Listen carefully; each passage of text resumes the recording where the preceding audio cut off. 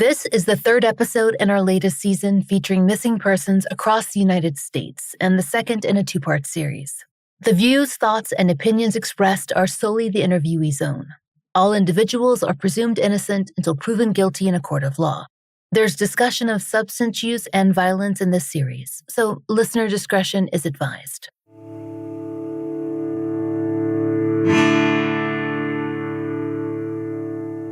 This is The Fall Line. Last time on The Fall Line, we began the story of Anastasia Brenda Ferriera. Born December 9th, 2003, Anastasia was the only child of her mother, Natalie Padilla, and beloved by her family. Her maternal grandmother, Brenda, she helped raise her, every weekend from the time that she was a baby. We heard from both of them about who Anastasia was, a precocious, friendly child who was fiercely protective of the people she loved. Natalie recalls that Anastasia was both what she described as a daredevil and a girly girl, a girl who enjoyed spending time at her grandmother's rural home. That's where she could care for animals and just be with her family. As she grew older, she developed a love for art, and by the time she was a teen, Anastasia was an aspiring tattoo artist who filled her bedroom walls with her own designs. We talked about her teen years, too. The bullying in 8th grade, the expulsion due to a fight that she didn't start, the back and forth between her parents' households, her boyfriend, the car accident, the signs that something had shifted. By the time she was 19, Anastasia was living with Natalie and spending her days in the stretch of Central Avenue Northeast she knew better than anywhere else, the International District, a dense, diverse corridor on Albuquerque's east side, historically under-resourced and with higher-than-average crime stats for the area. It's also where a faith-based ministry called God's Warehouse is located, on Central Avenue Northeast. Founded by Pastor Chuck Aragon, the ministry serves more than 400 people a day. They provide meals, clothing, and addiction recovery support. Anastasia had been there often, and she even helped out with serving food. Her family knew that she was struggling with substance use. They knew she was out most days when Natalie was at work, moving through the neighborhood on foot, though Natalie did tell us that she usually returned to the family home, and she checked in often. Anastasia's phone had no active service, so if she wanted to call or text, she needed to be near Wi-Fi. She usually communicated through Facebook Messenger, for text and for calls, and her family knew that too. What they didn't know was where exactly she was going, or who she was spending time with. On March 1st, 2023, Anastasia sent her mother a text, the words, "I love you," followed by flower emojis. It was the kind of text that Anastasia usually sent, and Natalie could usually expect follow-ups throughout the day, questions about what was for dinner, or a heads up that Anastasia would be out for the night. But this time, things were different. There was no follow-up, and Anastasia never came home. But it's not the last digital activity from Anastasia. Based on APD records, Anastasia continued communicating through Facebook Messenger after that, with people in her network, people she trusted, and at least one person who frightened her. Her last public Facebook post was March 15th. Her phone last pinged on March 16th at the 8000 block of Central Avenue Northeast, the block where God's Warehouse sits. Her last known outgoing message was sent at 3:41 p.m. that afternoon. After that, her social media went dark, and her messages stopped. Now, we move into what came next, her family's efforts, what investigators found, and what nearly 3 years of searching has and hasn't resolved. We know now about those Facebook messages, but at the time, Natalie did not. She only knew that her daughter had fallen out of contact at the beginning of the month. The full nature of Anastasia's communication would not become clear until she finally got access to the police report. Back in March of 2023, Natalie was waiting for news. But the last 2 weeks of the month passed with no word. Then, so did most of April. As we said last episode, she missed Easter. That's when Natalie posted a message on Anastasia's Facebook, an appeal to her friends, asking if anyone had heard from her. Anastasia had gone quiet and come back before, though not for this long, and there was something else holding Natalie back. So I did kind of wait to jump the gun to post anything because of her drug use, I didn't want to cry wolf and then her walk through the door, weeks later. So I kind of did wait to post anything to just kind of fill it out and hopefully that she was going to just come back home. We told you last time that Anastasia had legal issues. One concern was an outstanding warrant for failure to appear after her arrest as a passenger in a stolen vehicle. I didn't want to get the cops involved because she did have a warrant for her not completing. She didn't go to court after the follow-up after they released her because she did have court. She never went.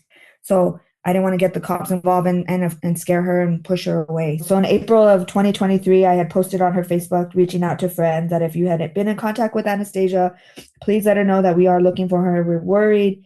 She didn't come home for Easter. And then May 15th is when the police report was filed, but it was not done by me. I actually went down to the police station in our district and tried filing a police report, and they told me that I needed to have a police come down to my house. So I called the cops. They sent somebody about 2 a.m. and they had no idea. The cops didn't even know why they were there. They actually thought they were there for a domestic dispute. So they came in kind of like in a defense mode. And I let them know, no, my daughter's missing and I'm trying to file a police report. Earlier today, we went down to the substation and, the receptionist said I need a call and you guys would come down and file the report for me. And they said, no, we don't do that. You actually need to do the report at the substation. So in the meantime of that, my daughter's grandma on her dad's side, she lives in Florida. She was able to call it in and complete it over the phone. I filed the complaint for the runaround and for them not taking my report at the time and me having to go back. And then that was it. They assigned a detective. We got a detective. Took us a good 6 months to meet him. Finally met him. And then it was just it didn't go as planned. According to the official documents we reviewed, there was some issue of precisely how to list Anastasia in databases.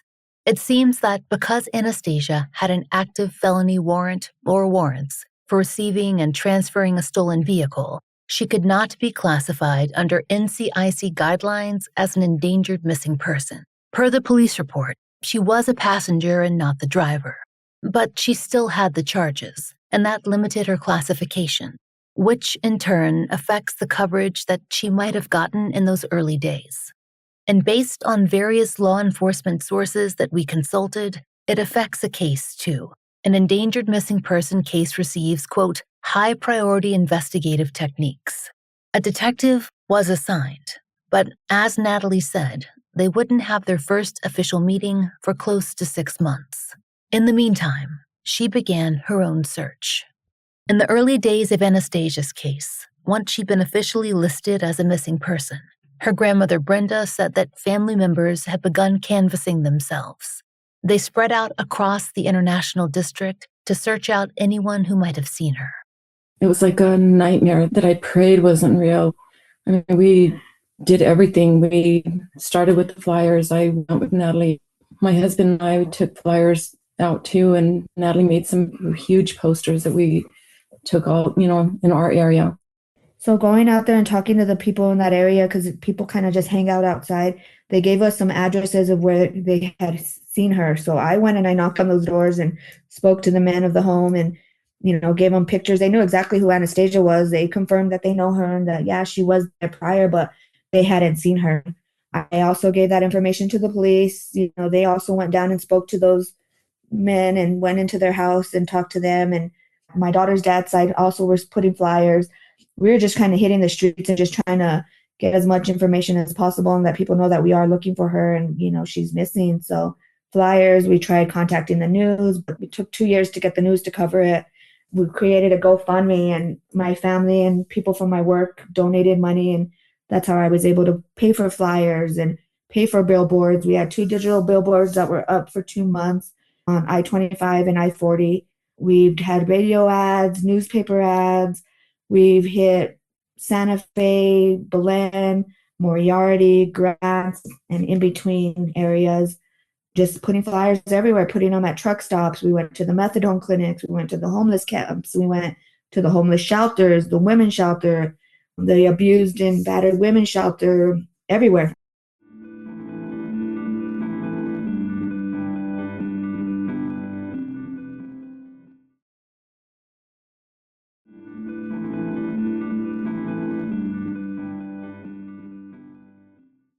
Again, Natalie has not read the full police report.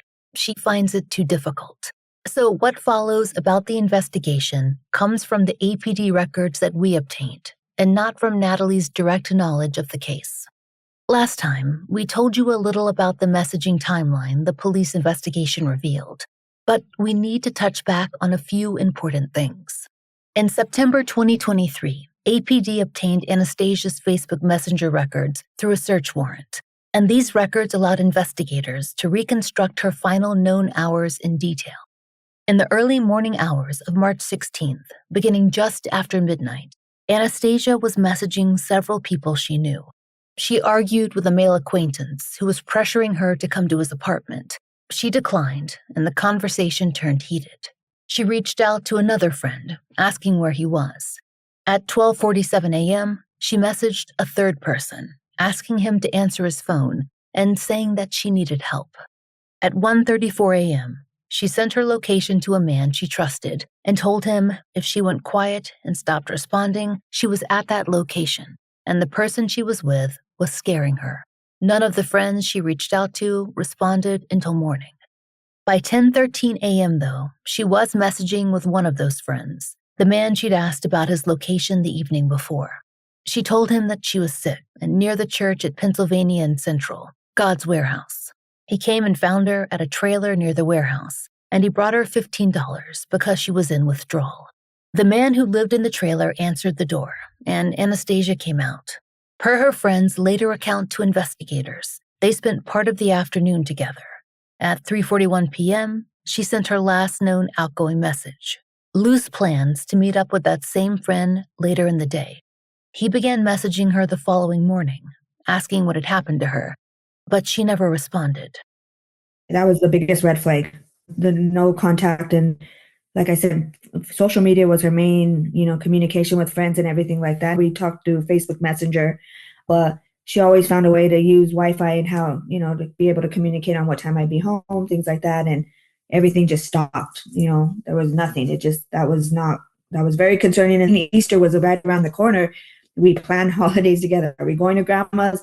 Okay, I'm going to go with my dad for a couple hours. What time are you guys doing yours? So I can be, ready. Come get me at this time. So a lot of coordinating and planning for the holiday, and that didn't happen. So that even with the drug use, she still was coming around holidays. I know that sounds weird, but that was the red flag of her not calling to find out what we were doing and what was going to happen.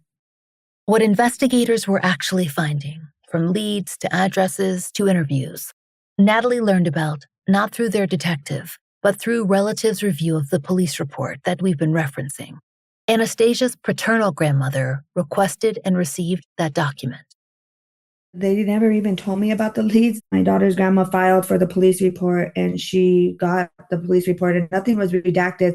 And that's how I saw that information. One of the most significant pieces of information in that report was the phone ping location. We talked about that last time, that placed Anastasia at God's warehouse. When the family discovered that, they went down to the location. So her phone last pinged at God's warehouse, and that's 8011 Central Avenue. It's a Reformed church. They give out clothing, they feed the homeless.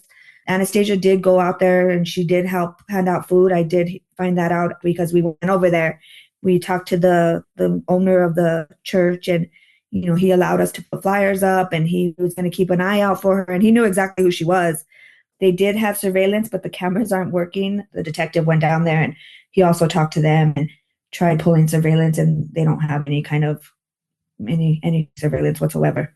In June of 2023, a tip came through a family contact, someone too afraid to go directly to the police.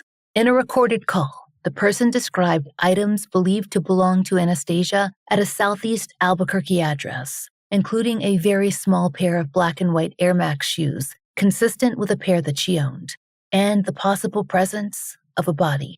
The tipster expressed serious fear of retaliation for cooperation. Investigators executed a search warrant at the address, but, to our knowledge, no evidence was found. That same month, a detective in Oklahoma contacted APD. A stolen vehicle from Albuquerque had been recovered there, and inside of it was one of the family's flyers for Anastasia. This immediately raised concerns for Natalie. But she said that the discovery did not open up any investigative leads. So actually, they didn't think that that was a red flag at all. So they questioned the people on how did they get the flyer, and they said that they thought they knew her. And so they just grabbed the flyer and took it to them, and which I thought was weird that they would hold on to a piece of paper and travel across the country with a missing person's flyer. So to me, that was the biggest red flag ever. And the detective just kind of wrote it off like they said they didn't know it, nothing came from it, nothing. That was it. Through the summer of 2023, multiple tips came in from communities south of Albuquerque: Las Lunas, Belen, El Cerro. All of them described a young woman with red hair. Anastasia had dyed her hair red in the past, but it wasn't red at the time of her disappearance. But she did have ties in that area: an ex-boyfriend in Belen, mutual friends scattered through the communities south of the city. Yeah, I know the gentleman actually, the one in Los Lunas, I want to say it was at a Wendy's. He had called me personally because we had put flyers. My mom lives in Belen, and Belen is a little town not far from, or Los Lunas is a little town not far from Belen. So we put flyers all over there, and her boyfriend, their ex-boyfriend, was living in Belen. So, she had some ties there, mutual friends and things like that. So we did put a bunch of flyers over there just to kind of, just in case she was communicating with people out there, that somebody might see her. So yeah, the gentleman said she was with another guy and gave a description of the vehicle. We went to the Wendy's that next day and talked to the manager. They couldn't give us any of the video surveillance. So Dan, the missing person detective, he also went down there and looked at the video, and it ended up being it wasn't her. The store, my mom and her husband are really good friends with the owner of the store. And he used to say that Anastasia would frequent the store and go in there and buy things. So he knew her. And he said, yeah, she was here. I don't even know. I can't even tell you how long prior to her missing, but he said he had been there prior. These leads they call in are either the day after or they're not right then and there. I even say if you could get a photo of the girl, because that would help us more. It's hard to go back on when the person's already gone. You know what I mean? It was already too late. So nothing ever came of it. We went down there, put flyers, talked to the people in the area. The detectives went down there themselves and talked to people in the area, and nothing has been a positive lead. Nothing has led us to her. In mid-January 2024, a God's Warehouse staff member who'd known Anastasia before her disappearance reported that a young woman had come in, sat down, and begun eating. The staff member spoke to her directly, and we have this information from both the police report and from the family. So, according to that staff member, the woman identified herself as Anastasia. The woman explained that she didn't look like her picture anymore, and she said she was scared to contact her family because it had been so long. Staff tried to call the family on her behalf, but no one answered. The woman got clothing from the warehouse and left, saying that she'd reach out on her own. On January 26, 2024, she returned. This time, the staff reached Anastasia's father. While they waited for him to arrive, the woman said someone was after her and that she wanted nothing to do with her family. She left before he arrived, but she had not made it far from the building when he pulled up. Her dad went over there, and I was actually in the parking lot when all this happened. So they had called us and said there was a girl that she was even going. So people call my daughter Karma. They don't call her Anastasia. So she was using the name Karma, and I guess she had the same build as my daughter, looked a lot like my daughter, but my daughter's dad put eyes on her, and it wasn't my daughter. It wasn't her. I mean, even she has a tattoo of her name on her chest and some visible tattoos, and that girl didn't have any of those tattoos. And my daughter's dad was in the same vicinity. I mean, put eyes on her and knew, no, that's not my daughter. Natalie told us that Anastasia's dad was able to show the staff a video of her for comparison. And once they viewed that, they felt confident that the woman who'd come in was not Anastasia. We can't say why she claimed to be her, but there were still flyers up all over God's Warehouse, so it would have been easy to get information regarding Anastasia and her case.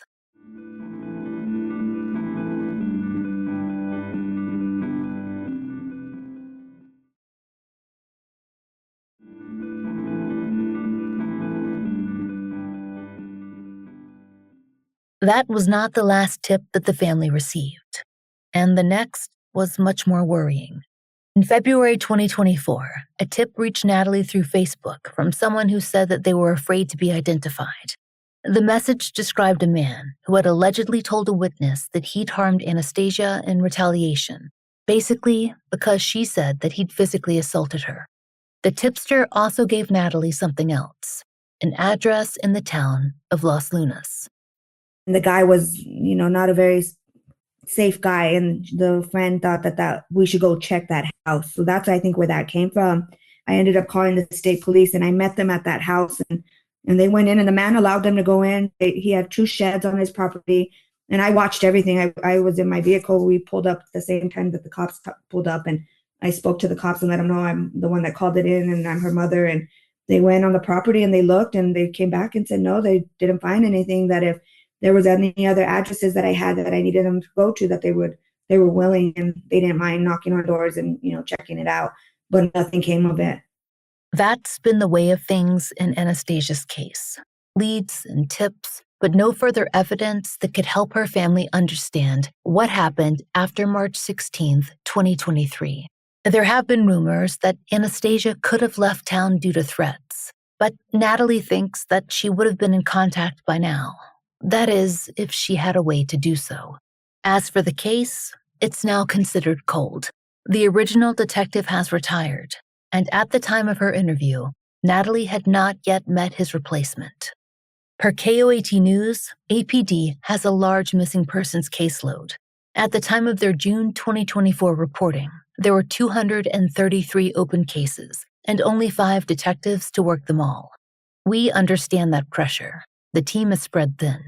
But APD has tried new tactics to gain traction for their cold cases. They've turned to YouTube and a video podcast called APD's Duke City Case Files. In February 2025, the series released its 12th episode. And for the first time, it featured a missing person rather than a cold case homicide. It was Anastasia's story, which was released on National Missing Persons Day. On the series, Deputy Commander Andrew Jaramillo made a public appeal for tips, and for good reason. The series had been an effective tool for APD and contributed to resolving 4 cold case murders. That coverage was vital, so was attention from local news, and Natalie also credits a local reporter who helped raise the profile of Anastasia's disappearance. It took us time. I sent packets to the news. I called down there numerous times. I even asked the detective to call down there and see if the local news will air her story. I have a friend that knew the anchor and told him about my daughter's story, and his name's Julian. He fought for my daughter, and anytime they had a meeting, he brought my daughter's story up and said, we really need to help this family. They're not getting any attention. And then they finally picked it up, and he was able to get my daughter's story aired on their channel. So it took some time. It took a lot of fighting. It has now been more than 3 years since Anastasia last made contact with her family. Her grandmother Brenda told us that they've all struggled to find balance in their lives, how to keep functioning while searching for her at the same time. And then there's the reality that with so many missing person cases active with APD, they don't have as much contact as they'd like. Well, unfortunately, life goes on. We still have to work. We still have to pay bills. We still had to do those things. But, Anastasia's my only granddaughter. She's missing. She's the center of my world. Besides my kids and, my other grandsons. Without her, it's not the same. We're missing a very important person in our family. We want her home. Communication, I think that has been the hardest thing for us because Natalie is constantly, reaching out to the detectives. We haven't even met the new detective on the case. It's already been over a year that the other detective retired. We're already suffering, and then not knowing, what's going on. Are they still investigating? Reach out to the families. Let us know what's going on. Something, anything. A phone call. Just, yes, we're still working on it. We don't have anything to tell you right now, but we're still working on it. I would love more media response. I'd love any help that we can get from anybody, from our government, from anybody. we need help. I want my granddaughter to come home. Natalie has connected with so many people. She's helped other families create the missing persons flyers. She's always posting other family members that, have reached out to her that they've had, family members missing. She's met so many people. This is like an epidemic. I never even realized until now. One connection they have made is with the advocacy group Aunties for Justice. They connected us with Anastasia's family and with Andrew Escobar's as well. Brenda said that the group's help has been revitalizing. They finally feel like there's some community to support their effort to find Anastasia. Well, before we had these advocates, it was just me and Natalie, and we were lost. Unfortunately, when one of your family members goes missing, there's not instructions to navigate you through what to do. And when you're not hearing back from the cops and you're not hearing back from people that you're reaching out to, you have nobody. So having these advocates and them, guiding us, do this, we feel like we're not alone. Natalie told us they've run into the same difficulty many families we've featured have faced. It is not illegal for an adult to go missing. Vlada Castle's sister Bethany, she told us about the nuance of that kind of situation last season when she explained that without signs of foul play, it's difficult to access certain resources. And Natalie, she's hit the same wall. That's why she's turning to the public to share any information that they have, no matter how small the detail is, because the family still has very little information regarding Anastasia's movements between March 1st and the 16th, just those scattered social media messages, and they don't paint a full picture of what she did each day, each hour. The people that she was in contact with, and when her phone was last working, who was she with? Who was she? Where was she going? Who was she going to meet? Who was taking her? Who was she in contact with up until the last post? Who saw her? Did somebody see her get in a vehicle? What kind of vehicle is it? Was, what, just anybody a memory, if they saw her even after the fact, and just anything. I mean, there has to be something that she didn't just vanish, she didn't just drop off the earth. Somebody knows something, somebody has that lead, and I just want them to give it up. I mean, that's my daughter. She's human, she's loved, and we want her home. I do have a $10,000 reward. I'm willing to give that up immediately, no questions asked, just with that one lead that is going to lead us to her and, give us the information. I am willing to do whatever it takes, make this as safe as possible for them also. So if they are afraid, I don't want to jeopardize their life. Don't be afraid. I need my community to speak up for my daughter. She is a New Mexican, and, there are people out there that do have a heart, and I want them to not be afraid. Please don't be afraid. It doesn't matter what it is. We need an answer. We need to find out what's going on or what happened. This has been way too long without any answers and without anybody wanting to help. It just seems like everybody kind of just turned their back on her, and Anastasia wouldn't have done that to her friend. I talked to one of her close friends just the other day, and, she said Anastasia would fight tooth and nail for her and defend her. And if there was anybody being mean to her, Anastasia would stick up for her. And I know if Anastasia's friends were in this predicament, Anastasia would not be afraid to speak out. She would do what's right. I want to let people know that I love my daughter unconditionally, and we're not going to stop. We're not going to give up on her. We're going to continue to fight every day, and we're going to continue to post flyers. We're going to continue to keep her name out there. Anastasia's grandmother Brenda agrees, and she hopes that other families will realize the importance of staying close and showing their children love every single day.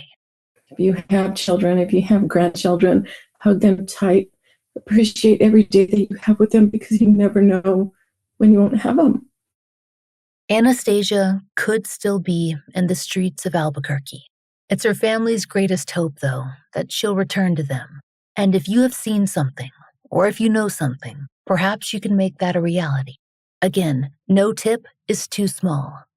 Anastasia Brenda Ferriera was 19 years old when she went missing in March of 2023. She would be 22 years old today. She's a Hispanic female, approximately 4 foot 11 inches tall, weighs 85 to 90 pounds, and has dark brown curly hair and brown eyes. She has a birthmark on her left cheek.